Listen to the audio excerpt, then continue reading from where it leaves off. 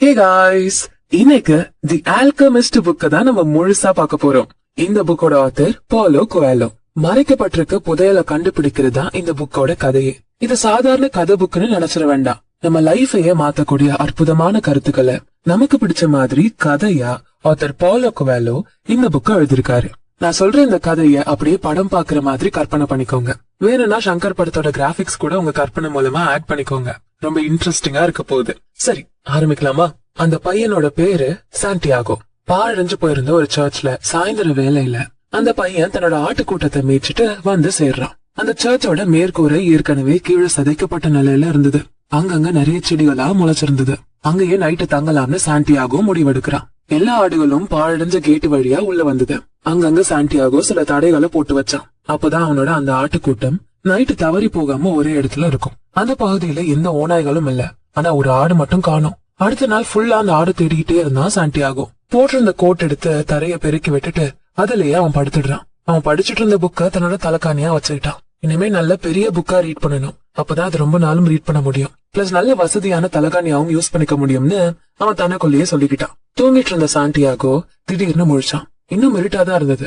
உடஞ்சு போன கூரை வழியா அவன் வானத்துல இருக்க நட்சத்திரங்களை பார்த்தான். இன்னும் அவனுக்கு ரொம்ப நேரம் தூங்கணும்னு ஆசை. ஒரு வாரத்துக்கு முன்னாடி என்ன கனவு வந்ததோ அதே கனவு தான் இப்போ அவனுக்கு வந்தது.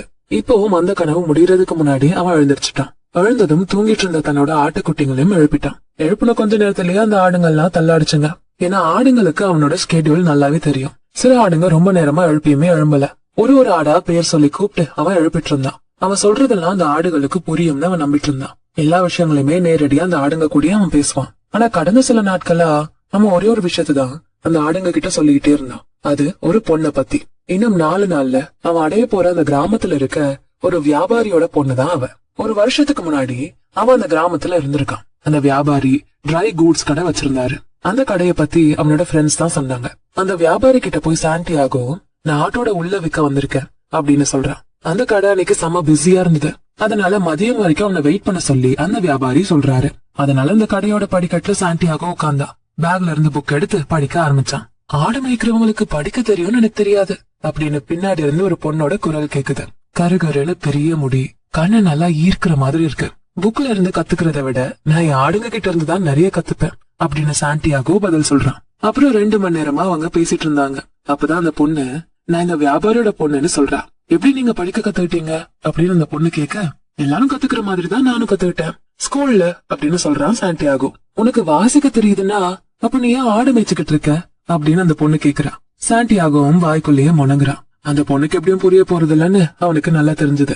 உடனே அவன் தன்னோட பயணத்தை பத்தி கதை சொல்ல ஆரம்பிக்கிறான். அவளோட கண்ணு முழுக்க பயம், சர்ப்ரைசஸ், இப்படி மாறி மாறி உணர்வுகளை வெளிப்படுத்துச்சு. நேரங்கள் போக போக இந்த நாள் முடியாம இருந்தா நல்லா இருக்கும், அவ அப்பா பிஸியாவே இருந்தா நல்லா இருக்கும், இன்னும் 3 நாள் தன்னை வெயிட் பண்ண வச்சுட்டே இருந்தா கூட நல்லா இருக்கும்னு அவன் ஆசைப்பட்டான். இதுவரை அவன் உணராத உணர்வது இந்த இடத்துலயே தான் காலம் முழுக்க வாழ்ந்துட்டா நல்லா இருக்கும், அந்த பொண்ணோடயே இருந்துட்டா நல்லா இருக்கும்ன்ற உணர்வு. ஆனா அந்த நாள் முடிவுக்கு வந்தது. அந்த வியாபாரி வந்துட்டாரு. 4 ஆடுகளோட முடிய அந்த வியாபாரி கேட்டாரு. அதுக்கான காசையும் சாண்டியாகோக்கு கொடுத்துடுறாரு. அடுத்த வருஷம் இதே மாதிரி வான்னு சொல்லி வியாபாரி அவனை அனுப்பிடுறாரு. இன்னும் 4 நாள் தான் அவன் அந்த கிராமத்தை அடைஞ்சிருவான். அவனுக்கு செம்ம உற்சாகமா இருக்கு. அதே நேரம் அவனுக்குள்ள ஒரு தயக்கம் இருக்கு. ஒருவேளை அந்த பொண்ணு அவனை மறந்துருந்தா? ஏன்னா நிறைய ஆடு மேய்க்கிறவங்க அவங்க கடையை கடந்து போயிருப்பாங்க. தன்னை மட்டும் அவளுக்கு எப்படி ஞாபகம் இருக்கும்? இல்ல பரவாயில்ல, எனக்கு மொத்த இடத்துல கூட நிறைய பொண்ணுங்களை தெரியும் அப்படின்னு சாண்டியாகோ ஆடுங்க கிட்ட பேசிக்கிட்டு இருக்கான். ஆனா அது வாயில மட்டும் தான் சொல்றானே தவிர அவன் மனசுக்குள்ள அந்த பொண்ணுதான் வேணும்னு ஏதோ ஒண்ணு சொல்லிக்கிட்டே இருக்கு. விடிய ஆரம்பிக்குது. சூரியனோட திசையை நோக்கி ஆடுங்களை ஓட்டிக்கிட்டே சாண்டியாகோ போறான். ஆடுங்களுக்கு சாப்பாடும் உணவும் தான் முக்கியமா வேணும். அது மட்டும் கிடைச்சிட்டா போதும் அவனுக்கு. அந்த சாப்பாட்டையும் தண்ணியும் தவிர அந்த ஆடுங்களுக்கு எதுவுமே தெரியாது. எந்த இடத்துல இருக்கோம், எந்த சிட்டில வாழறோம், இப்படி ஒண்ணுமே அதுங்களுக்கு தெரியாது. வெறும் சாப்பாடு தண்ணி அவன் கொடுப்பான். அதுக்கு பதிலா அதோட உடல், தோலை, துணிய கொடுக்கும். எப்பயாவது தன்னோட மாமிசத்தையும் கூட கொடுக்கும். இன்னைக்கு நான் அரக்கனாகி ஆடுங்களை கொல்லணும்னு நினைச்சா ஒன்னொன்னா நான் கொல்ல ஆரம்பிப்பேன். ஒன்னொன்னா உஷாராக ஆரம்பிச்சு அந்த கூட்டமே பயத்துல செதறி ஓட ஆரம்பிச்சிடும். அதுங்க என்ன நம்புதுங்க. அதுங்களோட உள்ளுணர்வை மட்டுமே சார்ந்து இருக்கணும் அப்படிங்கறத மறந்துருச்சுங்க. ஏன்னா நான் தான் அவங்களுக்கு எல்லாமேன்னு சாண்டியாகோ மனசுல நினைக்கிறான். அவனோட எண்ணங்கள் ஏன் இப்படி வருதுன்னு அவன் ஆச்சரியப்படுறான். ஒருவேளை அந்த சர்ச் தான் காரணமா இருக்குமோ? அது பாழடைஞ்சு வேற இருக்கு. ஒரே கனவு திரும்ப திரும்ப வந்ததுக்கு இதுதான் காரணமா? நீ கூட இருக்க ஆடுங்களே கொல்லணும்னு எனக்கு எண்ணங்கள் வர்றதுக்கு இதுதான் காரணமா அப்படின்னு அவன் நினைச்சிட்டு இருக்கான். அன்னைக்கு நைட்டு சாப்பிட்டதுல மிச்சமா கொஞ்சம் வைன் எடுத்து குடிச்சிட்டு தன் உடலோட இறுக்கி அவன் ஜாக்கெட்டை போட்டுக்கிறான். இன்னும் சில மணி நேரங்கள்ல சூரியன் வெளியே வந்துரும். அப்ப நல்லா சூடாக ஆரம்பிச்சிரும். அவனோட ஆட்டுக்கூட்டத்தை அவனால அந்த வெயில்ல ஓட்டிட்டு போக முடியாது. அதனால தன் ஜாக்கெட்டோட கனத்தை யோசிக்காம அது தனக்கு தேவைன்னு புரிஞ்சு அதை கூடவே எடுத்துட்டும் போறான். 2 வருடங்களா ஆண்டாலூசியன் டெரெயின்ல அவன் நடந்துகிட்டே இருந்ததால அந்த பகுதியில இருக்க எல்லா இடங்களையும் அவனுக்கு நல்லாவே தெரியும். அந்த பொண்ணு கிட்ட போய் இதெல்லாம் சொல்லணும், எப்படி அவன் படிக்க கத்துக்கிட்டான்னு சொல்லணும்னு அவன் ஒரு பிளான் எல்லாம் பண்ணிட்டு இருந்தான். அவனுக்கு 16 வயசாகிற வரை அவன் செமினரி அட்டென்ட் பண்ணிட்டு இருந்தான். அதாவது பாதிரியார் ஆகுறதுக்காக சில மக்களுக்கு ட்ரைனிங் கொடுப்பாங்கல்ல, அந்த இடத்துல அவன் படிச்சுட்டு இருந்தான். அவனோட அப்பா அம்மாக்கு சாண்டியாகோ ஒரு பாதிரியார் ஆகணும்னு ஆசை. சாதாரண விவசாய குடும்பத்துக்கு இது கௌரவமா இருக்கும்னு அவங்க நினைச்சாங்க. ஆடுங்க மாதிரிதான், வெறும் சாப்பாடு தண்ணிக்காக மட்டுமே அவங்க ரொம்ப கஷ்டப்பட்டு உழைச்சாங்க. சாண்டியாகோ லாட்டின், ஸ்பானிஷ், தியாலஜின்னு நிறைய படிச்சான். சின்ன வயசுல இருந்தே அவனுக்கு இந்த உலகத்தை பத்தி தெரிஞ்சுக்க ஆசை. கடவுளை பத்தி தெரிஞ்சுக்கிறத விட இதுதான் அவனுக்கு ரொம்பவே ஆசையா இருந்தது. மனுஷங்க பண்ணக்கூடிய பாவங்களை பத்தியும் அவன் நிறைய கத்துக்க நினைச்சான். ஒரு நாள் மதியம் தன்னோட குடும்பத்தை நேரடியா சந்திச்சு, எனக்கு பாதிரியாரா ஆகலாம் ஆசை இல்ல, எனக்கு இந்த உலகத்தை சுத்தி பார்க்கணும், நான் பயணிக்கணும், இதுதான் என்னோட ஆசை அப்படின்னு சொல்றான். இந்த உலகத்துல இருக்க பல பகுதிகள்ல இருந்து மக்கள் நம்ம கிராமத்துக்கு வருவாங்க அப்படின்னு அப்பா சொல்ல, புது விஷயங்களை தேடி வருவாங்க. ஆனா எல்லாம் முடிஞ்சு அவங்க போறப்போ எப்படி வந்தாங்களோ அதே மாதிரி பழைய ஆளதான் போவாங்க. பெரிய கோட்டைகளை பார்க்க மலையேறி போவாங்க. அப்போதான் இப்ப நம்ம கிட்ட இருக்கிறத விட கடந்த காலத்துல இருந்தது நல்லா இருந்ததுன்னு நினைப்பாங்க. அவங்க போன இடத்துல எல்லா மக்களுக்கும் எப்படி முடி இருந்ததோ, என்ன ஸ்கின் இருந்ததோ அதேதான் அவங்களுக்கும் இருக்குன்னு புரிஞ்சுப்பாங்க அப்படின்னு அப்பா சொல்றாரு. ஆனா எனக்கு அவங்க வாழக்கூடிய இடத்துல இருக்க கோட்டைங்களை பார்த்தே ஆகணும்னு பையன் சொல்றான். நம்ம மண்ணை பார்க்க வர மக்கள் எல்லாம் இங்கேயே வாழணும்னு தான் ஆசைப்படுவாங்கன்னு அப்பா சொல்றாரு. பரவாயில்ல, எனக்கு அவங்க வாழுற இடத்த பாக்கணும், எப்படி வாழுறாங்க அப்படின்னு பாக்கணும்னு பையன் சொல்றான். நம்ம கிராமத்துக்கு வர்ற மக்கள் எல்லார்கிட்டயுமே பணம் நிறைய இருக்கும். அதை வச்சு அவங்க எல்லா இடத்துக்கும் பயணிப்பாங்க. நம்ம கிட்ட என்ன இருக்கு, நம்ம ஊர்ல பயணிக்கிற எல்லாரும் ஆடு மேய்க்கிறவங்க மட்டும்தான் அப்படின்னு அப்பா சொல்றாரு. அப்ப நான் ஆடே மேய்ச்சிக்கிறேன்னு பையன் சொன்னதும் அப்பாக்கு பேச எந்த வார்த்தையும் இல்ல. அடுத்த நாள் அப்பா தான் பையன் கிட்ட ஒரு பைய கொடுக்கறாரு. அதுல பழங்காலத்து ஸ்பானிஷ் காயின்கள் 3 இருந்தது. இத நான் நம்ம வயல்ல தான் எடுத்தேன். இது நம்ம சந்ததிக்கு போகட்டும்னு நான் பத்திரமா வச்சிருந்தேன். இத வச்சு நீ ஆடுகளை வாங்கிக்கோ, ஊரை சுத்தி அதை மேய்க்கிறதுக்காக கூட்டிட்டு போ. ஒரு நாள் நம்ம கிராமம் தான் எல்லாத்த விட நல்லா இருக்கு அப்படிங்கறத நீ புரிஞ்சுப்ப. நம்ம பெண்கள் தான் அழகுன்றதையும் நீ புரிஞ்சுப்ப. நல்லபடியா உன் பயணத்தை ஆரம்பின்னு அப்பா சொல்லி அனுப்புறாரு. இத கேட்ட சாண்டியாகோ தான் அப்பாவோட கண்களை பார்த்து, அவர் கண்ணு தெரிஞ்ச நம்பிக்கைய பார்த்து, நீ டிராவல் பண்ணுன்னு அவர் சொன்ன அந்த தைரியத்தை பார்த்து அவனுக்கு ரொம்பவே சந்தோஷமா இருந்தது. அவனோட ஆசை இன்னும் வலுவாச்சு. ஏன்னா அவனோட அப்பா அப்பவே அந்த காயின்ஸ புதைச்சிருக்கலாம். இல்ல பல வருடங்களா சாப்பாடு, தண்ணி, தூங்க நல்ல இடம் இல்லாம கஷ்டப்பட்ட சமயத்துல அவர் அந்த காசை பயன்படுத்திருக்கலாம். ஆனா அதை அவர் செய்யாம அந்த காசை தனக்காக குடுக்கறத பார்த்த சாண்டியாகோ இன்னுமே பலசாலியானா. தான் ஆசையை சிறப்பா நிறைவேற்றி காட்டணும்னு நினைச்சான். இதுதான் சாண்டியாகோ எப்படி ஒரு ஆடு மேய்க்கிறவனா ஆனா அப்படிங்கிற கதை. இப்போ பிரசன்ட்டுக்கு வருவோம். சூரியன் உதச்சிருச்சு. அப்பா கூட தான் பேசின எல்லாத்தையும் நினைச்சு அவன் சந்தோஷப்படுறான். அவன் ஏற்கனவே நிறைய கோட்டைங்களை பாத்துட்டான், நிறைய பெண்களை சந்திச்சுட்டான். ஆனா அவன் இத்தனை நாட்களா காத்திருந்த பொண்ணு மாதிரி எந்த பொண்ணுமே அவனுக்கு ஃபீல் ஆகல. தனக்குன்னு சொந்தமா ஒரு ஜாக்கெட், ஒரு புக்கு, ஆடு கூட்டம், இதை தாண்டி அவன் தன்னோட கனவு வாழ்க்கைய இத்தனை நாட்கள் வாழ்ந்தான். தான் ஆசைப்பட்டபடி உலகத்துல சுத்தினான். இது வரைக்கும் அந்த மொத்த இடத்தையுமே சுத்தி வந்திருக்கான். எப்போ பயணிச்சாலுமே புது ரோட்ல தான் அவன் சுத்தினான். ஆனா என்னைக்குமே அவன் அந்த பாழடைஞ்ச சர்ச்சுக்கு போனதே இல்ல. இவன் அது கிட்ட இருந்து நிறைய இடங்களுக்கு போயிருக்கான், ஆனா அந்த சர்ச்சுக்கு போனதே இல்ல. இந்த உலகம் பெருசு. அவனோட ஆடுங்களுக்கு குறிப்பிட்ட ரூட்டு தான் அவனால செட் பண்ண முடிஞ்சது. இன்னும் நிறைய இன்ட்ரெஸ்டிங்கான விஷயங்களை அவன் கண்டுபிடிக்க நினைச்சான். ஆனா ஆடுங்களை பொறுத்தவரை அதுங்க தினமும் புது ரோட்ல போறது அதுங்களுக்கு தெரியறது இல்ல. புது வயலை பாக்குறோம், காலங்கள் மாறுது, இது எதுவுமே அதுங்களுக்கு தெரியாது. சாப்பாடு, தண்ணி, இதுதான் அதுங்களோட முழு எண்ணமும். மேபி நானும் ஆடுங்களும் ஒண்ணுதான் நினைக்கிறேன். நான் என்னைக்கு அந்த வியாபாரியோட பொண்ணை பார்த்தனோ அன்னையில இருந்து எனக்கு வேற பொண்ணோட சிந்தனை எதுவுமே வந்ததே இல்ல. அப்படியே சூரியனை பார்த்துட்டு சாண்டியாகோ அடுத்து எங்க போகணும்னு கணக்கு போட ஆரம்பிச்சான். இப்ப அவளுக்கு புக்க மாத்தணும், நல்லா பெரிய புக்கா வாங்கணும், வைன் பாட்டில நிரப்பணும், ஹேர் கட் பண்ணணும், ஷேவ் பண்ணணும். அந்த பொண்ணை சந்திக்கிறதுக்கு ஏத்த மாதிரி தன்னை ரெடி பண்ணிக்கணும். மத்த ஆடு மேய்க்கிறவங்க மாதிரிதான் இவனும்னு அந்த பொண்ணு நினைச்சிடக்கூடாது. நம்ம ஆசைப்பட்ட விஷயம், நம்ம கனவு இதெல்லாம் நிறைவேறினா வாழ்க்கை இன்னுமே இன்ட்ரெஸ்டிங்கா இருக்கும்னு அவன் நினைச்சுக்கிட்டே சூரியனை பார்த்துட்டு வேகமா ஓடினான். அவன் தாரிஃபா அப்படிங்கிற இடத்த பத்தி யோசிக்கிறான். அப்போ உடனே ஒரு வயசான பாட்டி தான் அவனுக்கு நினைவுக்கு வந்தாங்க. சாண்டியாகோவ அந்த பாட்டி வீட்டுக்கு பின்னாடி இருக்க ஒரு ரூமுக்கு கூப்பிட்டு போனாங்க. அது அவங்க ஹால்ல இருந்து தனியா இருந்தது. அதோட கர்டன் ஃபுல்லா பீட்ஸால செய்யப்பட்டு இருந்தது. ரூம்ல டேபிள், 2 சேர், அப்புறம் ஜீசஸோட படம் இருந்தது. அந்த பாட்டி கீழே உட்காந்து அவனையுமே கீழே உட்கார சொன்னாங்க. அப்புறம் அவனோட கைகள் 2யும் தான் கைகளுக்குள்ள வச்சு பிரார்த்தனை செய்ய ஆரம்பிச்சாங்க. ஜிப்சி பிரேயர் மாதிரி தான் அது இருந்தது. ரோட்ல போறப்போ பல ஜிப்சிகள் இந்த மாதிரி சாண்டியாகோக்கு செஞ்சிருக்காங்க. அவங்களும் உலகம் முழுக்க பயணிக்கிற நாடோடிகள் தான். ஆனா அவங்க கிட்ட ஆட்டு மந்தைங்க இருக்காது. மத்தவங்களை ஏமாத்தி தான் ஜிப்சிங்க வாழுவாங்கன்னு மக்கள் அதிகம் சொல்லுவாங்க. பிளஸ் அவங்க சாத்தானோட கூட்டணி குழந்தைங்களை எல்லாம் கடத்துவாங்க. அந்த குழந்தைங்களை மர்மமான இடத்துக்கு கொண்டு போய் அடிமைகளா ஆக்கிடுவாங்க. இப்படி ஜிப்சிகளை பத்தி நிறைய மக்கள் சொல்லிருக்காங்க. சின்ன வயசுல இருக்கப்போ சாண்டியாகோவுக்கு ஜிப்சினா ரொம்பவே பயம். அந்த பாட்டி அவன் கைய பிடிச்சதுமே அவனுக்கு தன்னோட சின்ன வயசு பயம் தான் ஞாபகத்து வந்துச்சு. ஆனா அங்க இருந்த அந்த ஜீசஸ பார்த்து அவன் தன்னை தானே தைரியப்படுத்திக்கிட்டான். ஒருவேளை தான் கை நடுங்குனா தான் பயப்படுறது பாட்டிக்கு தெரிஞ்சிரும்னு அவன் நினைச்சான். சோ அமைதியா தனக்குள்ள தைரியம் சொன்னான். ரொம்ப இன்ட்ரெஸ்டிங்கா தான் இருக்கு அப்படின்னு அந்த பாட்டி சொல்றாங்க. அந்த பையனோட கையில இருந்து அவங்க கண் பார்வை விலகவே இல்ல. ரொம்ப ஒரு சைலன்ஸா ஃபீல் பண்றாங்க. சாண்டியாகோ ரொம்பவே பயப்பட ஆரம்பிக்கிறான். அவன் கை நடுங்க ஆரம்பிக்குது. இத அந்த பாட்டி புரிஞ்சுக்கிட்டாங்க. உடனே அவன் தன்னோட கைய பாட்டி கையில இருந்து எடுத்துடுறான். என்னோட உள்ளங்கைய பார்த்து நீங்க குறி சொல்லணுங்கிறதுக்காக நான் இங்க வரல, எனக்கு இங்க ஏன் வந்தோன்னு இருக்கு அப்படின்னு அவன் சொல்றான். எதுவுமே கத்துக்காம வெறும் காசை மட்டும் கட்டிட்டு போயிடலான்னு அவன் நினைக்கிறான். அவனுக்கு அடிக்கடி வந்த அந்த கனவு மேல ரொம்ப முக்கியத்துவம் கொடுத்ததாலதான் அவன் இங்க வந்தான். நீ உன்னோட கனவுகளை பத்தி கத்துக்கதானே இங்க வந்த. கனவுகள் தான் கடவுளோட மொழி. நம்ம மொழியில கடவுள் பேசுனா என்னால அவர் என்ன சொன்னார்னு சொல்ல முடியும். ஆனா அவர் ஆன்மாவோட மொழியில பேசுனா அதை உன்னால மட்டும்தான் புரிஞ்சுக்க முடியும். பரவாயில்ல, எதுவா இருந்தாலும் நான் உனக்கு ஆலோசனை சொல்றேன்னு அந்த பாட்டி சொன்னாங்க.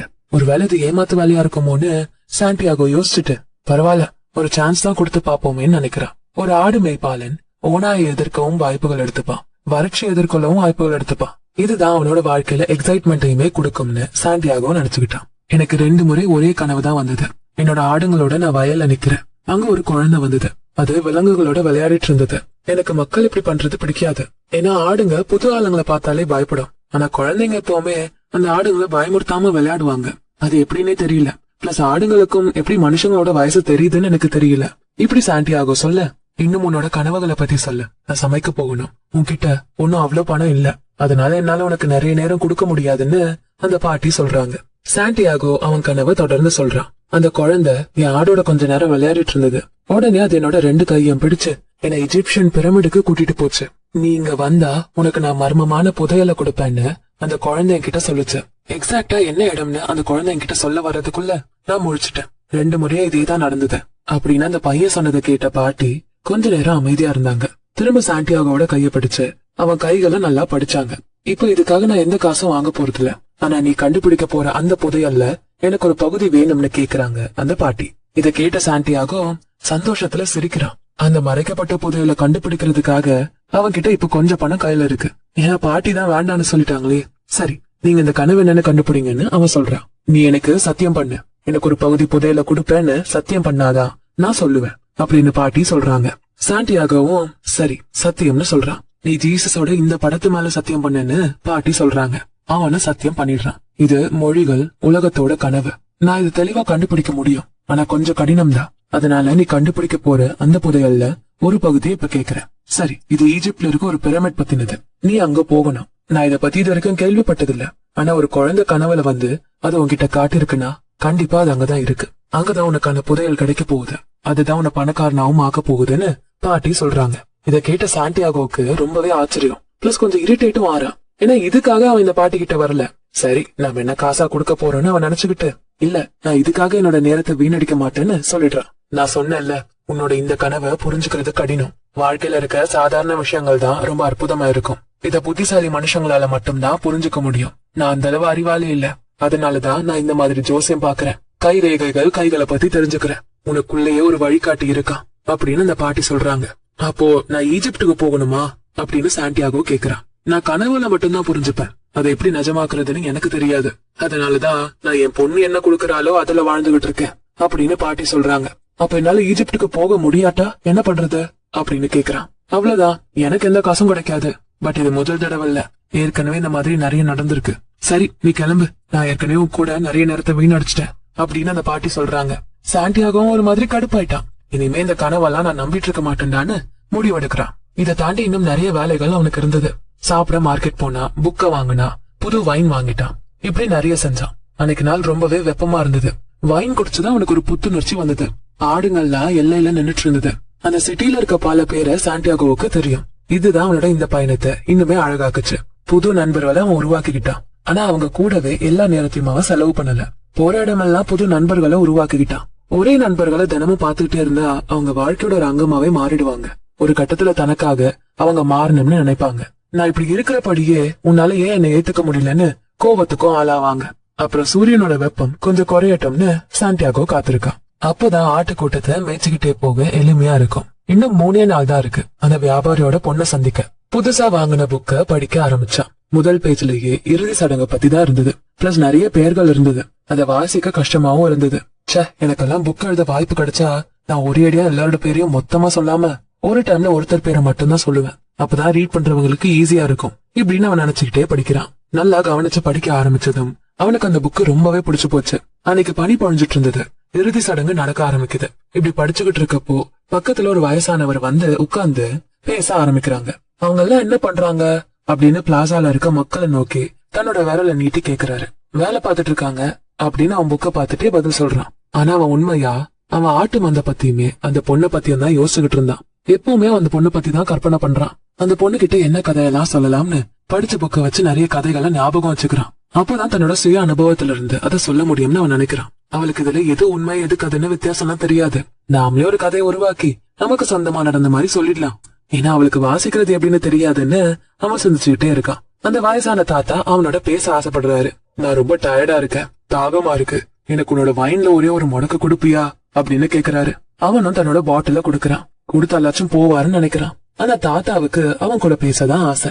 என்ன புக்கு தம்பி படிக்கிற அப்படின்னு கேக்குறாரு. சாண்டியாகவும் ரூடா எழுந்திருச்சு வேற இடத்துல போய் உட்காந்துடுறான். ஆனா அவனோட அப்பா பெரியவங்க கிட்ட மரியாதையா நடந்துக்க சொல்லி கொடுத்திருக்காரு. அது அவனுக்கு ஞாபகம் வந்தது. உடனே அந்த புக்க அவன் தாத்தா கையில கொடுத்தான். 2 காரணத்துக்காக. 1, அவனாலேயே அந்த தலைப்பை சரியா படிக்க முடியல. 2, ஒருவேளை அந்த தாத்தாக்கு வாசிக்க தெரியலன்னா அவரே அசிங்கமா ஃபீல் பண்ணி வேற இடத்துக்கு போய் உட்கார்ந்துருவாருன்னு. ஆனா அந்த புக்க வாங்கின தாத்தா அப்படின்னு சொல்லிட்டு இத பாக்காத பொருளை பாக்குற மாதிரி புக்க சுத்தி சுத்தி பார்த்தாரு. இது ரொம்ப முக்கியமான புக்கு, ஆனா இது ரொம்ப கடுப்பேத்தக்கூடிய புக்கும் தான் அப்படின்னு அவர் சொன்னதை கேட்டு சாண்டியாகோ செம்மையா ஷாக் ஆயிட்டான். அந்த தாத்தாவுக்கு எப்படி வாசிக்கணும்னு தெரியுது. பிளஸ் அந்த புக்க அவரு ஏற்கனவே படிக்கவும் செஞ்சுட்டாரு. நீ இந்த புக்கு கொடுத்துட்டு வேற வாங்கிக்கோ, எல்லா புக்லயும் சொன்ன அதேதான் இதுலயும் இருக்கு. மக்கள் தங்களோட சுய விஷயங்களை கூட தேர்வு செய்ய தரம் இல்லாம இருக்காங்கன்னு ஆரம்பிச்சு இந்த உலகத்தோட மிகப்பெரிய பொய்ய தான் எல்லாரும் நம்புறாங்கன்னு இந்த புக்க முடிப்பாங்க. உலகத்தோட மிகப்பெரிய பொய்யா அப்படின்னு ஆச்சரியத்தோட சாண்டியாகோ கேட்டான். நம்ம வாழ்க்கையோட ஒரு கட்டத்துல நமக்கு என்ன நடக்குதுங்கிற கட்டுப்பாட்டை நம்ம இழந்துருவோம். அப்ப நம்ம வாழ்க்கை மொத்தமா விதியோட கட்டுப்பாட்டுக்குள்ள போயிடும். இதுதான் இந்த உலகத்திலேயே மிகப்பெரிய பொய்ன்னு அந்த தாத்தா சொல்றாரு. ஆனா இது எனக்கு நடக்கலையே. நான் பாதிரியார ஆகணும்னு ஆசைப்பட்டாங்க. ஆனா நான் ஆடு மேய்ப்பவன் ஆகணும்னு தேர்வு செஞ்சேன். எனக்கு வேணுங்கிறதுதான் நான் தேர்வு செஞ்சேன் அப்படின்னு சாண்டியாகோ சொல்லிட்டு நான் என்ன சிந்திக்கிறேன்னு இந்த தாத்தாக்கு நல்லா புரியும்னு தனக்குள்ளேயே சொல்லிக்கிறான். அந்த தாத்தா புக்க புரட்டி புரட்டி பாத்துட்டு இருந்தாரு. அந்த புக்க அவன்கிட்ட குடுக்கற மாதிரியே தெரியல. சாண்டியாகவும் அந்த தாத்தாவை பாக்குறான். அவரோட ஆடை ரொம்பவே வித்தியாசமா இருந்தது. அரபிக்காரர் மாதிரி இருந்தாரு. அந்த இடத்துக்கு அரபிகள் வர்றது சாதாரண விஷயம்தான். தாரிஃபால இருந்து ஆப்பிரிக்காக்கு கொஞ்ச நேரம் பயணிச்சா போதும். படகுல நேரா பயணிச்சு அந்த கரையை அடையணும். அரேபிய மக்கள் அடிக்கடி அந்த சிட்டிக்கு வருவாங்க. ஷாப்பிங் பண்ணிட்டு அடிக்கடி பிரார்த்தனை பண்ணுவாங்க.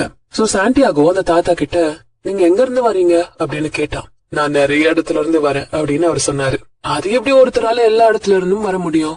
நான் ஒரு ஆடு மேய்ப்பவன். நான் பல இடங்களுக்கு போவேன். ஆனா எனக்குன்னு ஒரே ஒரு இடம் தான். அதுதான் என் சொந்த இடம். பழைய கோட்டைக்கு பக்கத்துல இருக்க ஒரு கிராமத்துல இருந்து தான் நான் வரேன். அங்கதான் நான் பிறந்தேன் அப்படின்னு சாண்டியாகோ சொல்றான். அப்படியா?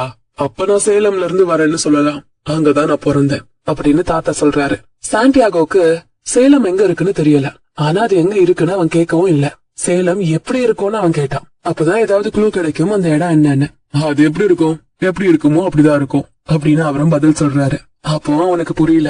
ஆனா அந்த சேலம் ஆண்டலூசியால இல்லன்னு மட்டும் அவனுக்கு தெரியுது. ஒருவேளை சேலம் அங்க இருந்திருந்தா அவனுக்கு கண்டிப்பா தெரிஞ்சிருக்கும். நீங்க சேலம்ல என்ன பண்றீங்க அப்படின்னு அவன் கேக்குறான். சேலம்ல நான் என்ன பண்றேனா அப்படின்னு அந்த தாத்தா சிரிச்சுக்கிட்டு நான் தான் சேலமோட அரசர் அப்படின்னு சொல்றாரு. எப்படிதான் இந்த மாதிரி கதை கட்டுறவங்க என்கிட்ட சிக்கிறாங்கன்னு தெரியல அவன் நினைச்சுக்கிட்டு நம்ம ஆடுங்க கூட இருக்கிறதே நல்லது, அதுதான் எதுவும் பேசாது, இல்லன்னா தனியா ஒரு புக்கோட இருக்கிறதே நல்லது. ஏன்னா இப்படிதான் மக்கள் எல்லாம் தேவையில்லாத கதைகளை சொல்லுவாங்க. அதை கேட்கவும் நமக்கு பிடிக்கல அப்படின்னு சாண்டியாகோ மனசுக்குள்ள நினைச்சுக்கிறான். என்னோட பேரு மெல்ஷிசாடேக். உன்கிட்ட எத்தனை ஆடுகள் இருக்கு அப்படின்னு அந்த தாத்தா கேக்குறாரு. போதுமான அளவு ஆடுகள் என்கிட்ட இருக்கு அப்படின்னு சொல்றான். அந்த தாத்தா இவனை பத்தி நிறைய தெரிஞ்சுக்க ஆசைப்படுறாரு. ஓ, உன்கிட்ட போதுமான அளவு ஆடு இருக்குனால என்னால உனக்கு பெருசா உதவ முடியாது அப்படின்னு அவர் சொன்னதும் சாண்டியாகோவுக்கு செம்ம கோவம். ஏன்னா அவன் அவர்கிட்ட உதவி கேட்கவே இல்ல. அந்த தாத்தா தான் அவன் கிட்ட வந்து வைன் கேட்டு குடிச்சு பேசவே ஆரம்பிச்சாரு. என் புக்க கொடுங்க, நான் போகணும், என்னோட ஆடுங்களை கூட்டிட்டு நான் கிளம்புறேன் அப்படின்னு சொல்றான். உன் ஆடுல 10ல் 1 பகுதியை மட்டும் எனக்கு கொடு. எப்படி அந்த மர்மமான புதையலை கண்டுபிடிக்கணும்னு நான் உனக்கு உதவுறேன் அப்படின்னு அவர் சொல்றாரு. உடனே அவனுக்கு அவன் கண்ட கனவுதான் ஞாபகத்து வருது. எல்லாமே அவனுக்கு தெளிவாகுது. ஒருவேளை இந்த தாத்தா அந்த பாட்டியோட கணவரா இருப்பாரோ? ஏன்னா அந்த பாட்டி காசு எதுவுமே வாங்கல. ஆனா அவர் என் ஆடையும் கேட்டு சில தகவலையும் கேட்க நினைக்கிறாரு. ஆனா என்கிட்டதான் அந்த புதையலை பத்தி எந்த தகவலுமே இல்லையே. ஒருவேளை இந்த தாத்தா ஜிப்சியா கூட இருக்கலாம் அப்படின்னு அவன் நினைக்கிறான். அவன் பேசுறதுக்கு முன்னாடியே தாத்தா கீழே குனிஞ்சு ஒரு குச்சி எடுத்து மண்ல எழுத ஆரம்பிக்கிறாரு. அப்போ சடனா அவரோட நெஞ்சில இருந்து வெளிச்சமா ஒரு லைட் பிரதிபலிக்க ஆரம்பிச்சது. அவனுக்கு கண்ணு கூசிருச்சு. அப்புறம் அவன் கண்ணை திறந்து அந்த தாத்தா எழுதுனத படிக்கிறான். அதுல அவனோட அப்பா பேரு, அம்மா பேரு, அவன் பாதிரியாராக ஒரு செமினரி அட்டென்ட் பண்ணானே அதோட பேரு, இதெல்லாமே இருந்தது. இன்னும் ஆச்சரியமான விஷயம் என்னன்னா அந்த வியாபாரியோட பொண்ணு பேரு, இப்படி அவன் யார்கிட்டயுமே சொல்லாத விஷயங்களும் அந்த மண்ணுல தாத்தா எழுதிருந்தாரு. நான் தான் சேலமோட அரசர் அப்படின்னு அவர் சொல்றாரு.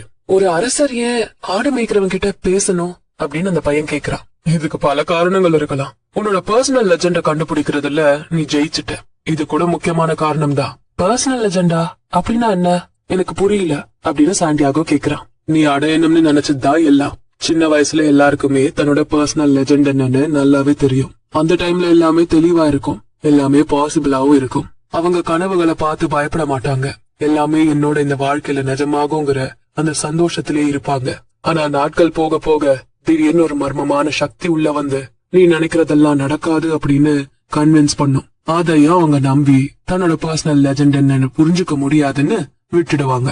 இத கேட்ட சாண்டியாகோக்கு என்ன இதுல எந்த அர்த்தமுமே இல்லைன்னு நினைக்கிறான். ஆனா அந்த மர்மமான சக்தி என்னன்னு தெரிஞ்சுக்க ரொம்பவே ஆர்வப்பட்டான். ஏன்னா இத பத்தி அந்த வியாபாரியோட பொண்ணு கிட்ட சொல்லலாம்ல, அவளும் ரொம்ப இம்ப்ரெஸ் ஆயிடுவா. அதனால அந்த மர்மமான சக்தி பார்க்க நெகட்டிவா இருக்கும், ஆனா அது நம்மளோட பர்சனல் லெஜெண்ட் என்னன்னு காட்டி கொடுத்துரும். அது நம்ம ஸ்பிரிட்டையும் மன உறுதியையும் வலுவாக்கும். ஏன்னா இந்த உலகத்துல ஒரே ஒரு உண்மைதான் இருக்கு.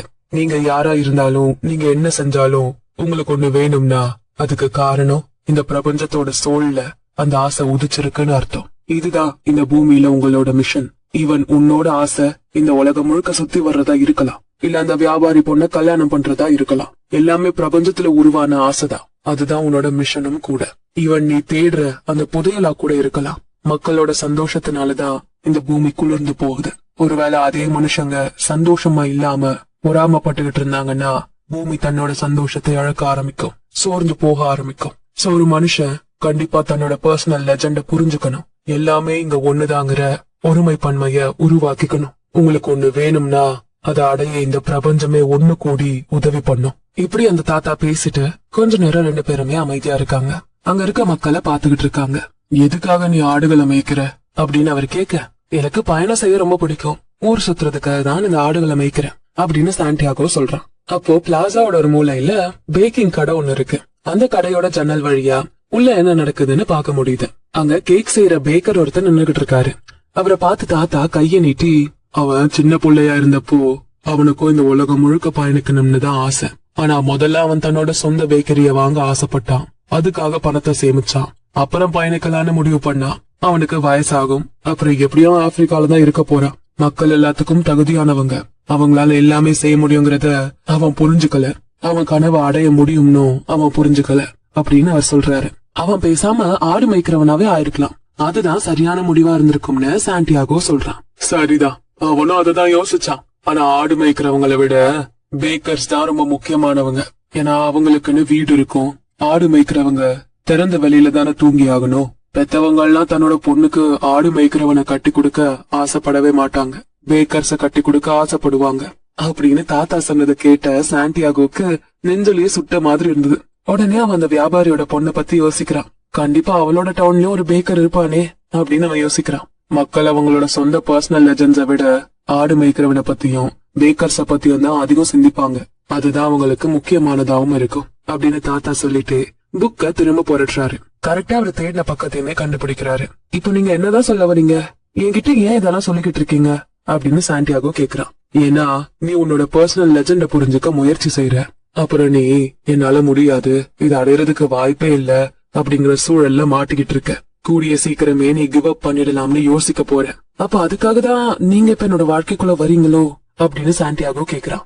அப்படின்னு இல்ல, நான் எப்பவுமே ஒவ்வொரு ரூபத்துல வருவேன். சில சமயம் தீர்வா வருவேன், சில சமயம் நல்ல ஐடியாவா வருவேன், சில சமயம் எல்லா விஷயங்களையும் ஈஸியா நடத்தி வைப்பேன், இன்னும் நிறைய செய்வேன். ஆனா மக்களுக்கு நான் என்னெல்லாம் செஞ்சனோ அதெல்லாம் புரியாது.